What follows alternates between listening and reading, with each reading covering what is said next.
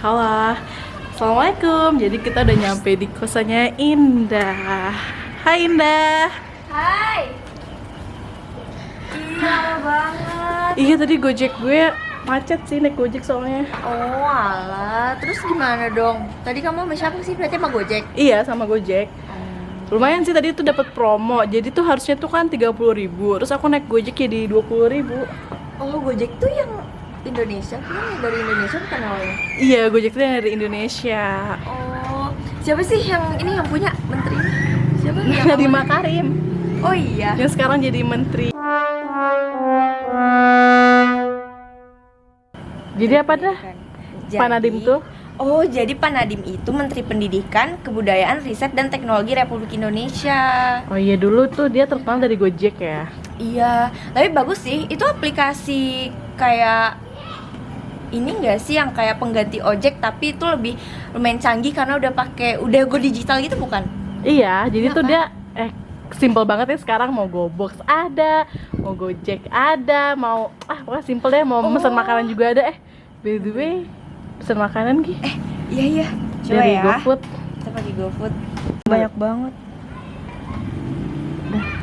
Duh, banyak banget tahu. Terus nih lihat deh, banyak banget promo. Nih, diskon sampai dengan 90.000 plus gratis ongkir. Keren juga ya. Berarti ini salah satu ini dong platform ojek online gitu, tapi yang pertama di Indonesia nggak sih, yang kayak anak bangsa gitu? Iya, karya anak bangsa nih. Terus tau gak Sindah? Apa? Sindah, dulu tuh Gojek tuh Pak Nadiem tuh cuma ngambil 20 driver online doang. Sekarang tuh banyak banget, 3,7 juta di Indonesia. Sampai 2022.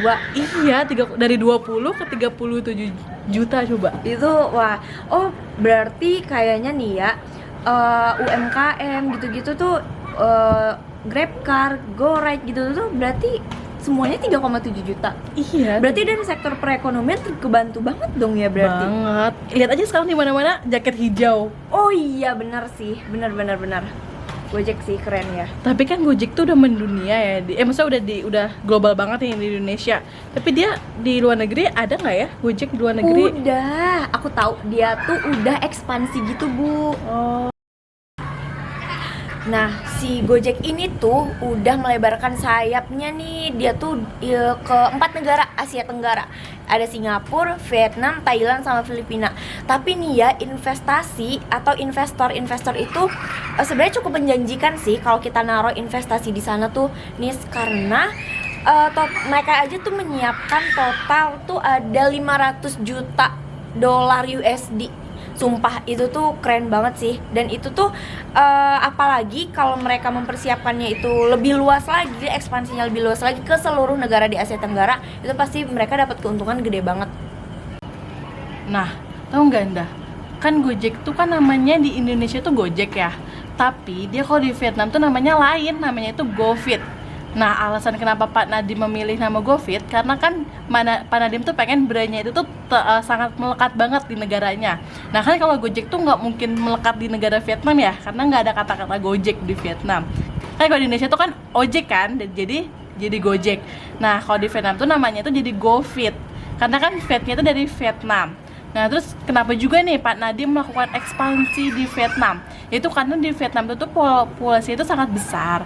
Terus hampir 107 juta orang, itu tuh banyak banget kan orangnya itu kan. Terus penetrasi smartphone di sini juga tuh sangat tinggi. Selain itu, rasio per kapita penggunaan motor roda 2 juga nggak ada yang ngalahin. Di Asia Tenggara dia nomor 1 untuk pengguna motor roda 2-nya. Nah, tapi tuh ya Nis, ada perbedaan gitu tahu. Walaupun si Gojek ini ada ekspansi ke Vietnam, tapi dia tuh ada melakukan sedikit perubahan gitu. Contohnya nih, kalau Gojek di Indonesia tuh warna jaketnya hijau kan. Nah, kalau di Vietnam itu warnanya merah karena dia menyamakan dengan warna bendera yang ada di Vietnam. Oh gitu ya, nggak pantesan warnanya tuh beda ya. Kan kalau di situ identiknya hijau, kalau di sana tuh identiknya warna merah. Tapi tuh ya, selain ada di Vietnam, dia itu tuh udah melakukan ekspansi juga tahu si Gojek itu. Dia udah ke Thailand, itu kan negara di Asia Tenggara juga. Jadi kan mereka tuh emang rencananya perluasannya ke Asia Tenggara dulu kan, karena dia emang ada saingannya tuh si Grab. Nah, terus Gojek itu kerjasama sama Get, namanya Get di Bangkok. Kalau misalnya di Vietnam kan tadi GoViet tuh, GoViet. Kalau di Indonesia Gojek, kalau di sana itu Get namanya. Terus sekarang tuh udah ada 14 wilayah yang ada di Bangkok. Terus itu tuh ada ride sharing untuk GoRide, layanannya tuh yang disediain tuh. Terus ada GoFood juga sama pesan antar. Terus awalnya itu tuh 3 wilayah doang tahu. Mereka tuh ada di Bangkok, Katuchak, Lat Phrao sama Wang Tonglang. Itu pada tahun berapa ya? Desember 2018 deh. Terus sekarang itu 14 tuh pokoknya udah banyak banget deh. Nah, iya dah, di Indonesia kan Gojek, di Vietnam GoFit. Kalau di Thailand tuh Get kan. Nah, terus di Thailand juga tuh warna jaketnya tuh beda. Kan Indonesia hijau, Vietnam merah. Nah, kalau di Thailand itu warna kuning. Kenapa sih warna kuning? Karena objek wisata di Thailand tuh identik gak sih sama warna kuning? Kayak kerajaannya. Terus kayak patung Buddha yang terkenal di Bangkok, itu kan warna kuning kan. Nah, jadi tuh dia tuh Gojek tuh pengen banget kayak brandnya dia tuh melekat banget di negaranya. Makanya warna pun dia tuh memikirkan untuk warna kuning.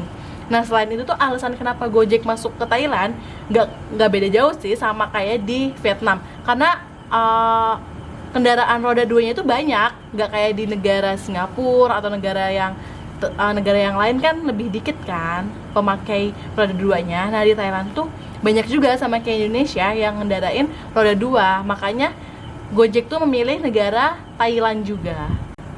Oh iya benar warna kuning ya. Berarti tiap negara tuh punya ciri khas masing-masing gitu ya. Berarti kalau di Indonesia hijau, kalau di Vietnam merah, kalau di apa tadi warna kuning ya kalau di Thailand.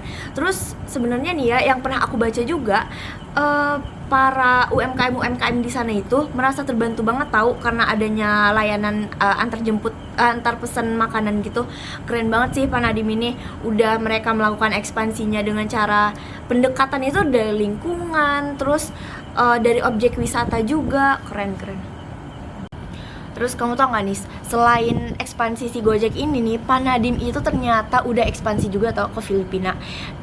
Tapi di Filipina itu awalnya dia ditolak. Kenapa dia milih Filipina? Karena dia tuh di Gojek ada program going to distance. Jadi itu emang mereka pangsa pasarnya itu karena bersaing dengan Grab nih. Soalnya di Grab itu di Asia Tenggara itu udah menguasai 90% pangsa pasar driver yang ada di seluruh negara Asia Tenggara. Terus di Filipina itu awalnya cuman pembayaran gitu. Kalau di Indonesia sih namanya GoPay gitu kan. Nah, mereka itu kerja sama Coins. Jadi nama perusahaannya itu Coins. Itu dari awal 2019.